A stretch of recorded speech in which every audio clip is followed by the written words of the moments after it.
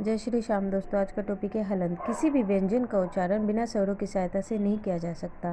लेकिन अगर आपको बिना स्वरों की सहायता के व्यंजन का उच्चारण करना है तो उसके नीचे हम एक तिरछी रेखा लगा देते हैं, जैसे म त।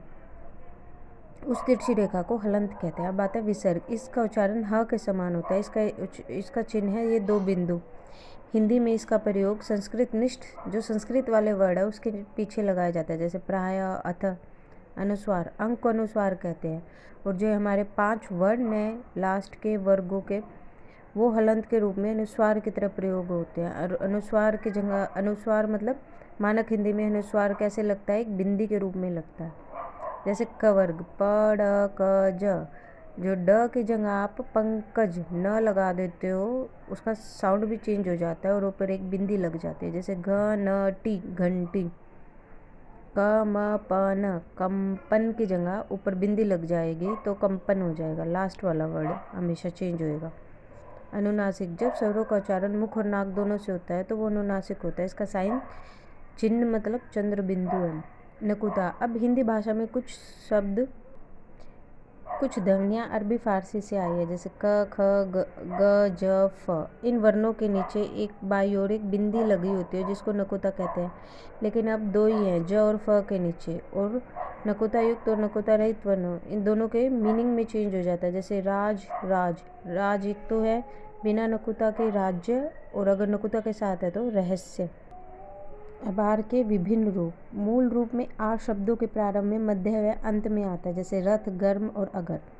यदि स्वर रहित रह के पहले कोई स्वर रहित व्यंजन हो तो उस पहले व्यंजन के नीचे ऐसे साइन लग जाता है, जैसे कर्म, प्रदीप, प्रकाश। और अगर आगे वाले स्वर युक्त व्यंजन के ऊपर लगाया जाता है तो उसको रेफ कहते हैं, जैसे पर्वत, धर्म। यदि स्वर सहित र से पहले स्वर रहित गोलाकार अक्षर हो, ट, ठ, ढ, तो र उसके नीचे लग जाता है और उसमें जुड़ता है। कर्म, डर्म, राष्ट्र, इसे भी पदेन कहते हैं। और जो भी नीचे लगता है एक मात्रा, वो र नहीं होता, वो री होता है। अब आता है कुछ वर्ण विच्छेद।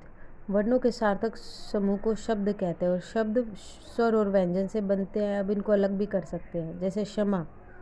श कैसे बनता है, कै प्लस से। फिर इसमें श बनने के लिए ए भी जुड़ा, फिर म, फिर आ। इस तरीके से जोड़ते हैं, संयुक्त व्यंजन वाले हैं। अब है अनुस्वार वाले शब्द, जैसे गंगा, ग, अ, ड, ग, आ। अनुनासिक वाले भूरा, भ, ओ, र, आ। स के ऊपर लगे अनुस्वार उच्चारण न और मैं दोनों तरह से होता है। य, र, ल, व, श, है के साथ सम माने पर वर्ण विच्छेद होता है, जैसे संयोग, सम प्लस योग, स, अ, म, य, ओ, ग, अ। और नकुता वाले जैसे जमीन, ज, अ, म, ई, न, अ। इस तरीके से इनको यूज़ कर सकते हैं। आई होप आपको समझ आ गया होगा। अगर समझ आ गया हो तो इसको, चैनल को लाइक करें, शेयर करें, सब्सक्राइब करें। Thank you.